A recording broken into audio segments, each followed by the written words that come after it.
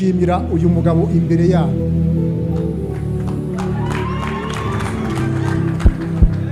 RADERMAN, uyu mwana w'umukobwa wanjye haguruka.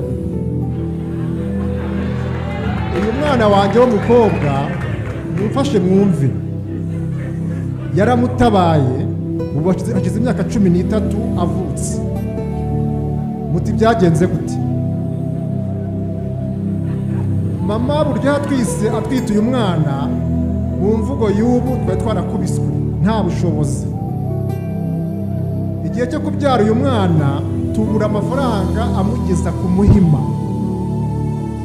Twaga mu Nyakabanda, fata buryohe wanjye ndamujyana atwite uyu mwana. Uwo duteze wapi? Haza imodoka y'ivatiri turayitega tubonera ahagaze. Ntazi ko n'uyu nguyu urimo.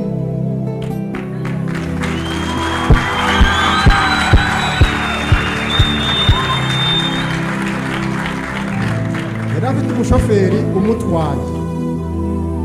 Turababwira tuti uyu arenda kubyara kandi nta bushobozi dufite bwo kujya kwa muganga. Oya buryohe wanjye. Ati RADERMAN ati reka nkurere imigisha we, reka tujyane umubyeyi. Tujyamo. Cyenda buryohe wanjye. Tugeze ku Muhima, RADERMAN ati reka ngurire umubyeyi koka njya numva ngo ifasha kwihuta ibise.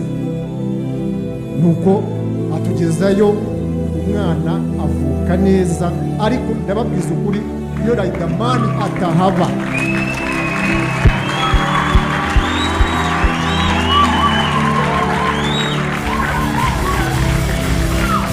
noneho ikindi mushimira na nyuma yaho dore ko yabyaye neza, tugeze mu rugo urumva ko twari inkubiswi nta bushobozi dufite.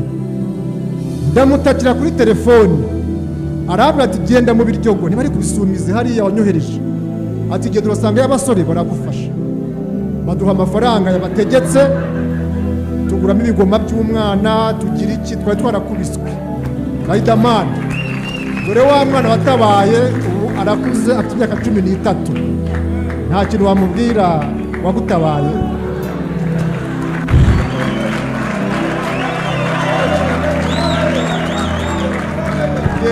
Ibyo uvuga ubivugira imbere ye hari umuhore.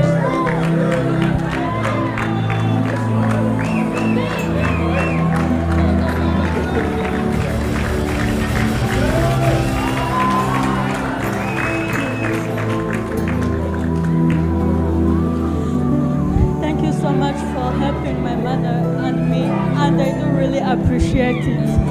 And I'm really happy to meet you. May God bless you.